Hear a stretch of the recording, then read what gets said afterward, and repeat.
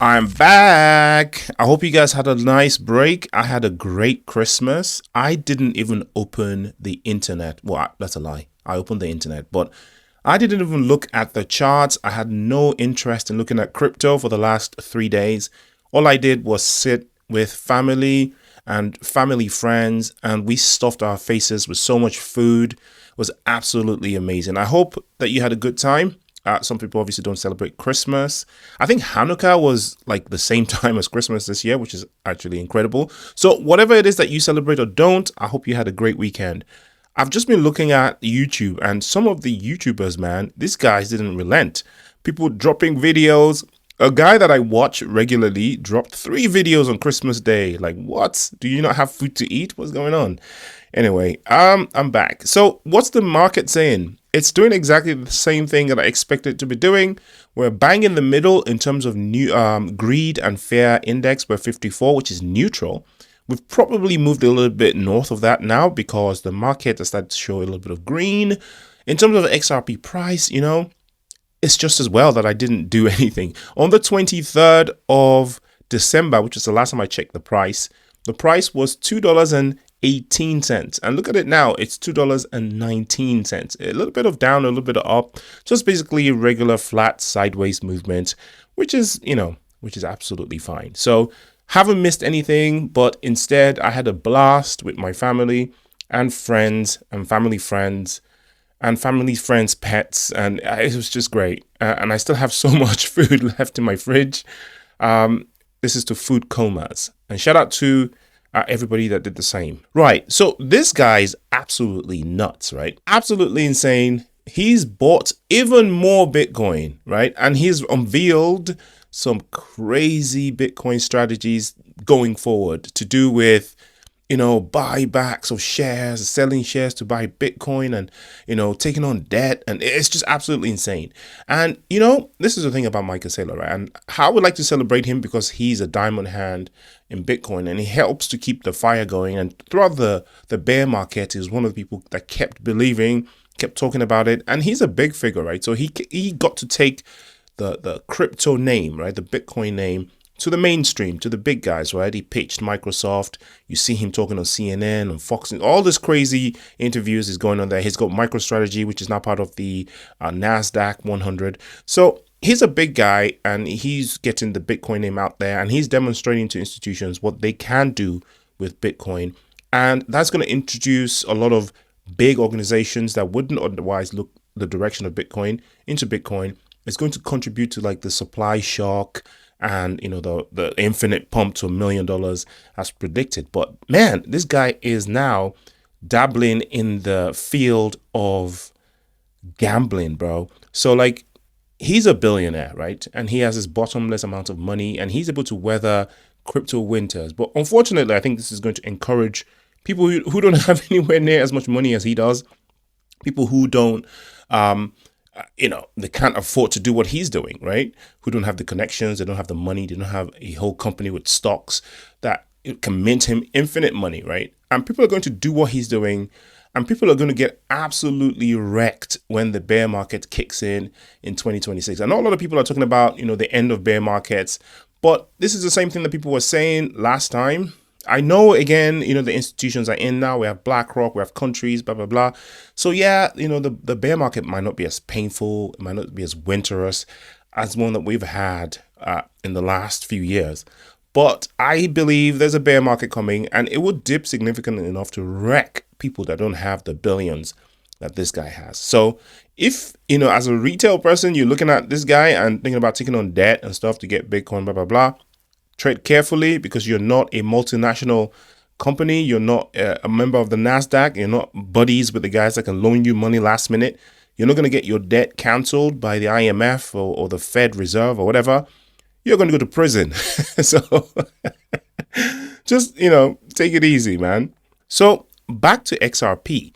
Now that a lot of people are starting to buy XRP and their wallets are starting to swell and people are holding for longer, and we're moving into the bull market, people are starting to talk about staking, especially with the onset of RLUSD. And people are thinking, look, why am I going to hold a stable coin for ages? How do I earn money holding a stable coin. So people are looking more and more into things like staking and DeFi and etc.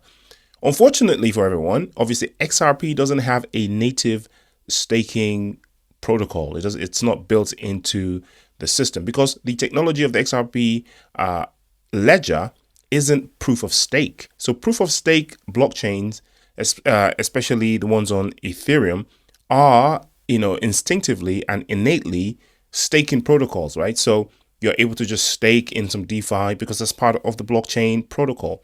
But XRP doesn't have that built in. There's some talk in the future that it might.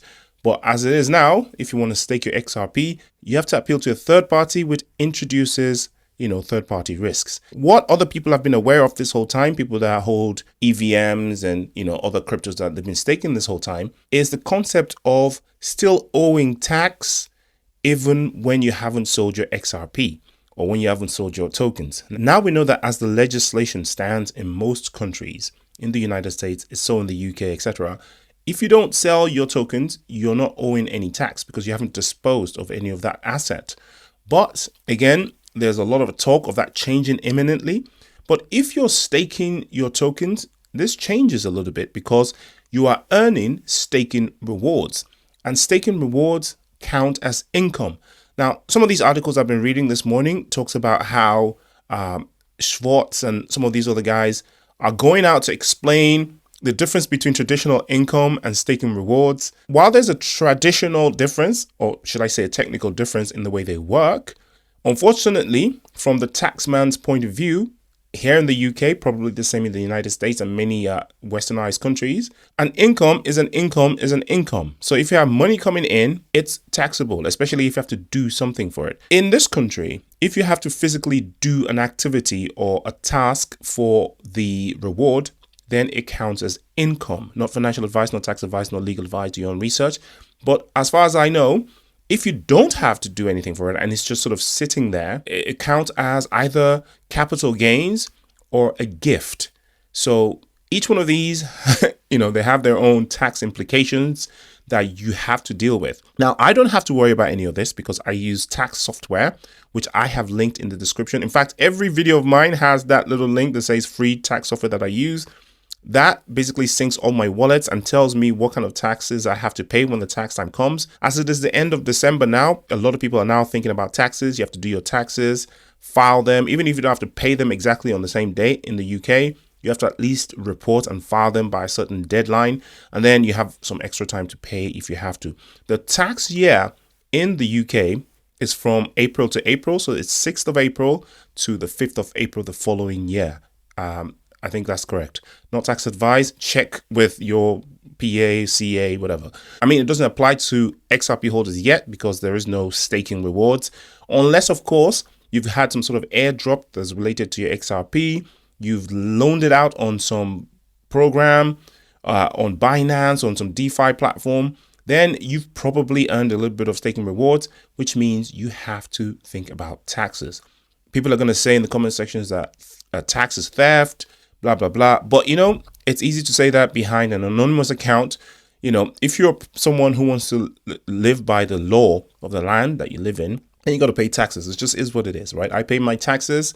I show my face on YouTube. I talk about my income. So, I've got to toe the line. I'm not a user X5677, some random anonymous person talking big in the comment section, but not putting their face where their mouth is. You know what I mean? Anywho, digressed a little bit. But, there are more and more companies and products that are coming onto the market trying to get you to stake your XRP. Now, obviously, the available staking on these third parties are not necessarily the traditional type of staking. You have lending protocols that allows you to lend your XRP out for interest effectively, which is just the same way traditional banks work. So you're just you're providing utility to a lending service. They lend the money out. They charge exorbitant interest and they just give you a share of it. That's what that is.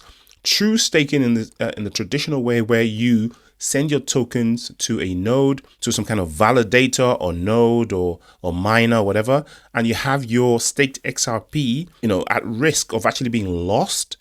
Those aren't traditionally on the XRP ledger yet. And there are protocols that have been developed to allow you to stake your XRP, which is just basically locking it in something. then they give you a liquid token of another type of project, whatever, and then you can lose that by staking that with a traditional staking system. Anyway, that's a completely separate video that I will be doing sometime in the future when the staking thing really gets going. But for most of us, we're just here to hodl as heck and stay the course, right? There are benefits of staking, of course. As you can see, none of these platforms, Coinbase, Ledger, Uphold, Binance, have any kind of staking for XRP, just because the XRP Ledger doesn't have any staking. Most of the staking that you're going to find on these platforms are for Ethereum-based tokens, or for like Base or Binance Smart Chain or what have you. Nothing for XRP Ledger just yet. So just keep that in mind. Well, that's today's video. I'll see you in the next one. Take care of yourself, no financial advice, your own research, and I am back. Peace.